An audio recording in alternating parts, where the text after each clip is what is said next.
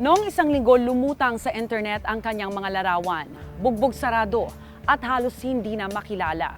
Ang may gawa umano nito sa kanya, ang sarili niyang kasintahan.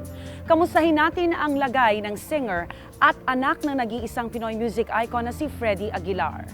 Ito ang tunay na buhay ni Megan Aguilar.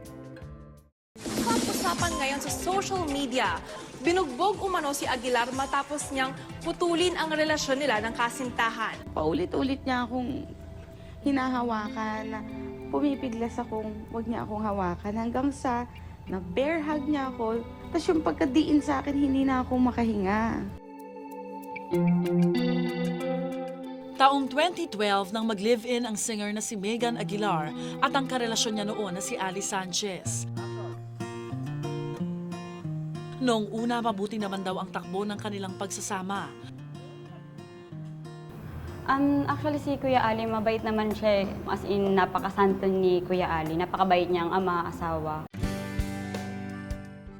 Bumuo sila ng pamilya at naging tahimik at masaya ang lahat.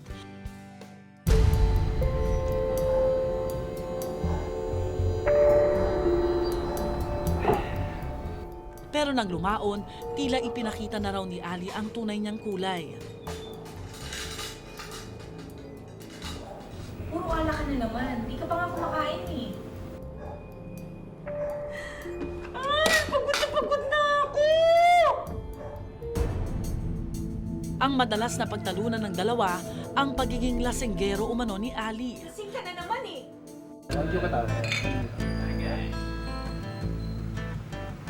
At kapag nakakainom, tila lumalabas daw ang pagkabayolente nito. Kalalaki mo tao, hindi mo tulungan yung babae? Ikaw! Sumusobra ka Kaya na! nga nagpa siya raw si Megan na tapusin na ang kanilang relasyon. Makalipas ang 4 na araw mula nang mangyari ang insidente, personal kong kinamusta si Megan sa kanyang tinutuluyan dito sa Pasig. Hi Megan, hello. Hi. I'm Rhea of Tunay na Buhay. Kamusta ka na? I'm okay, just a bit weak still, but just resting a lot. Do you mind sharing your story with us? Naging laman ka ng balita for the past days. Do you mind telling us what really happened? Sure. Please, Okay. come in. Thank you. Sige, Asa I'll po kayo? follow you.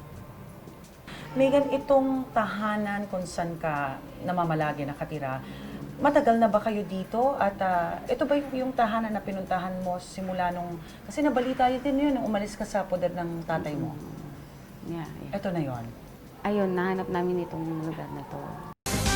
Pinalayas ni Freddy Aguilar ang anak na si Megan kasama ang partner at mga anak nila. At ang unang pinag-awayan, mga nabulok na gulay.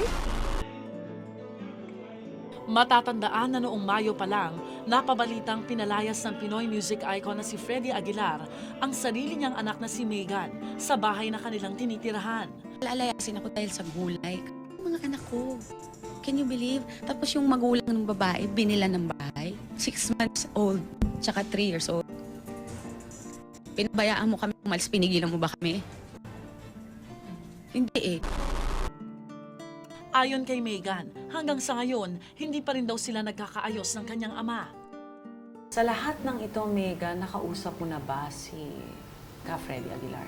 Through my mom, nag-relay si tatay na sana nga wag kong palalampasin ito at parusahan nga si Ali. No? Yung ganun din, nanggigigil din sila sa kanya. My tita Marlene was mad at me na for choosing Ali. Yeah. Sabi niya, Megan, what's wrong with you? So it's just Talino too mo, much. di ba? Noon pa man, tutol na raw ang mga kamag-anak ni Megan sa relasyon nila ni Ali. Pabigat daw kasi ito at lasenggero pa. Ikaw ba ang breadwinner ng pamilya? Yes, ako. Sa bisyo niya, minsan ba ikaw din? Lagi. Puro laklak! Puro laklak! At kapag nakakainom, tila lumalabas daw ang dark side ni Ali. Ikaw! Sumusobra ka na! Wag mo akong duduruin! Bakit? May sakit ba si Ali? I think, split, di ba? Split personality eh. Alright. Na, wow, no? Hindi ko to kayang bitbitin kasi ako wala akong ganyan. Because after he does it, pagkatapos niya ako saktan, he just passes out. Tutulog. He wakes up 13 hours later. And he's back to how he was. Morning, baby. I love you. Huh? Okay. And she goes, why are you crying? Why are you... Hindi niya maalala. Okay. Okay guys, next na song ko is yung nanalo sa Kata Awards. Ang huling pambubugbog daw sa kanya ni Ali naganap noong 8 ng Nobyembre. Nasa isang bar daw noon si Megan kasama ang kanyang banda para sa isang gig nang sugurin siya rito ni Ali. Sir, ready ka magwala, sir. Saglit lang. Pinapauwi ko kasama ko yan eh. I'm so sorry. Nagwala si Ali. Dahil hindi nga niya alam, tinawagan ko eh. Nung nakita niya yung parents niya dumating, susugod sa akin. Doon na lumabas yung talagang gusto niyang gawin sa akin, nawala yung pagka-maamon niya. Pagka-uwi raw ni Megan sa condominium ng kanilang tinutuluyan, ibinilin daw niya sa gwardiya na huwag papasukin si Ali. Okay, salamat. Thank you. Pero nagwala raw si Ali at nagpumilit makapasok. Ay, sir, Bakit? bawal na po kayo dito. Anong bawal? Bilin po ni ma'am na bawal na po kayo dito. Bakit nga bawal? Yung po, kabilin-bilin lang ni ma'am. Wala akong pakialam kung bawal! Hindi na ako nag-antay, na dito pa kami alam mo na, patintero, bumaba na ako agad. Tawagin mo si Megan, tawagin mo. Hoy, Ali! Ano Megan. ginagawa mo dito? Usap Baka tayo. skandalo dito. Usap muna Pagkatapos tayo. ng ginawa mo sa bar, umuwi ka na. tayo. Umuwi ka na. Usap muna tayo. Umuwi ka na. Wala tayong dapat Megan. pag-usapan. Megan. Wala tayong dapat pag-usapan. Usap tayo. Bitawan mo ako. Guys, bitawan mo ako. Megan. Wala tayong dapat pag-usapan, okay? Umuwi ka na. Ano nag-trigger? Bakit umabot sa sakitan? Umalis ka na. Sabi ko, ibigay mo yung susi sa akin. Sabi niya, no. I can't leave you. Tapos lumuhod sa harap ko. Nung lumayo ako, ginanon lang naman niya ako. Di syempre yung tailbone ko naman yun. Tinamaan. Tapos pagbitaw niya sa akin, syempre tumalsik ako.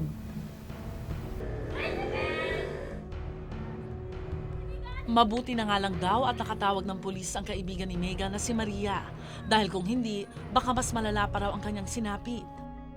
Pinapa-explain nila, tapos humihingal na ako. Tapos sabi ko na pwedeng mamaya na si Megan Aguilar, baka mapatay na. Tapos pumunta na ako dito, pagkapunta ko dito, sumunod naman din agad sila. Nagwawala pa rin si Kuya Ali.